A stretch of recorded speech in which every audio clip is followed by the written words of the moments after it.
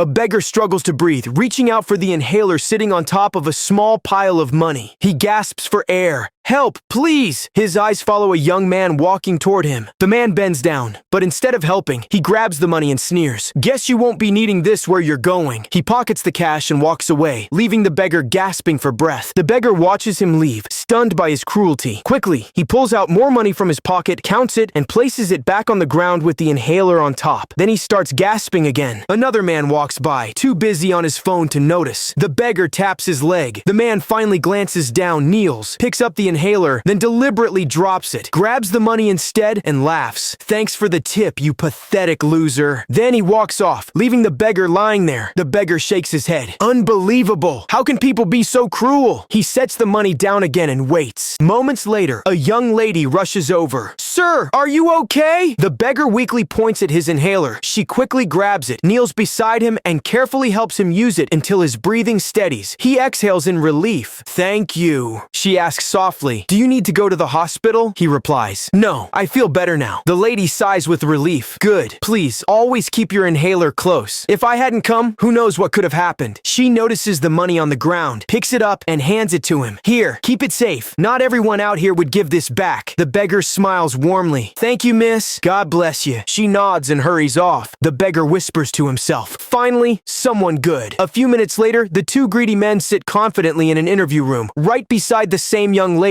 One of them smirks at her. Don't bother waiting. A pretty face won't get you this job. She ignores them and keeps her eyes forward. The interviewer flips through their resumes, then looks up and says, everything looks fine. But before we finish, there's one more thing. He calls in his assistant. She enters carrying old clothes in a wig, then sets them on the desk. The two men frown. Sir, are you serious? Why bring this dirty stuff in here? The interviewer fixes his gaze on them. Do you recognize these? Then he leans forward and says, I was the man sitting just outside the company, the one gasping for air. I gave you a chance to help me, and you chose to steal my money instead. One of the men stammers. Sir, we can explain. The interviewer cuts him off. No need. You failed the test. Both of you, get out of my company. Embarrassed, the men scramble to their feet and leave. The interviewer turns to the young lady, smiling. You didn't just pass the test, you showed kindness when no one else would. That's the kind of person I want working here. The lady replies, thank you, sir. I promise you won't regret this. He stands up, then leans forward and gives her a handshake. Welcome to the company.